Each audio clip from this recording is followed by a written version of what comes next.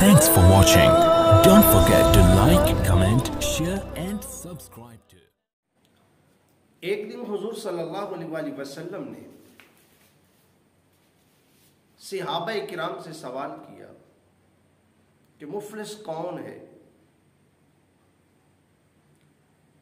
تو صحابہ نے عرض کیا یا رسول اللہ علیہ وسلم مفلس وہ ہوتا ہے جس کے پاس درہم و دینار نہ ہو، مال و زر نہ ہو، غریب ہو یا رسول اللہ علیہ وسلم، اسے مفلس کہتے ہیں۔ تو میرے کریم آقا صلی اللہ علیہ وسلم نے ارشاد فرمایا کہ مفلس اسے نہیں کہتے، بلکہ میری امت کا مفلس وہ ہوگا، لاچار وہ ہوگا جو دنیا میں نمازیں بھی پڑھے گا، روزے بھی رکھے گا، حج زکوٰۃ بھی ادا کرے گا، نیک اعمال کرے گا، لیکن ہوگا کیا کہ نیک اعمال کے ساتھ ساتھ وہ بندہ جو ہے گالی گلوچ بھی کرے گا، کسی پر بہتان بھی لگائے گا، کسی کا حق بھی کھا لے گا، کسی کے ساتھ زیادتی بھی کر ڈالے گا،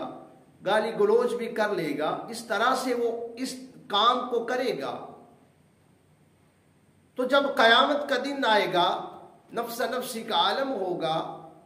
تو اس وقت وہ شخص جو ہوگا، حالانکہ اس نے نمازیں ادا کی ہوں گی، حج اور زکوٰۃ ادا کیے ہوں گے، لیکن وہ کیا ہوگا کہ اس کے پاس نیکیاں نہیں ہوں گی۔ جو اس کی نیکیاں ہوں گی وہ ان کو دے دی جائے گی جن کے ساتھ اس نے یہ ظلم کیا، جس کے ساتھ زیادتی کی، جس کے ساتھ اس نے گالی گلوچ کا سلسلہ کیا، لعن طعن کا سلسلہ کیا۔ بلکہ یہاں پر لعنت سے ایک یاد آئی کہ حضور صلی اللہ علیہ وسلم کی حدیث سے پاک ہے، آپ صلی اللہ علیہ وسلم نے فرمایا قال رسول اللہ صلی اللہ علیہ وسلم لا تکون المؤمن لعانا، فرمایا کہ جو لعنت کرنے والا ہے وہ مومن نہیں ہو سکتا۔ حضور نے فرمایا کہ وہ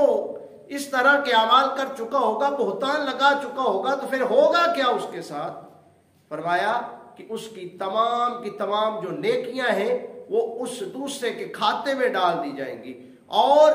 اگر اس کے مزید بھی کام ہوں گے تو جو اس کے گناہ ہوں گے، وہ دوسرا جو شخص ہوگا اس کے جو گناہ ہیں وہ بھی اس کے کھاتے میں ڈال دیے جائیں گے۔ تو حضور نے فرمایا کہ ایسا شخص ہوگا جو مفلس ہوگا۔ دعا کریں کہ اللہ رب العزت ہمیں اس طرح کے تمام گناہوں سے بچنے کی توفیق نصیب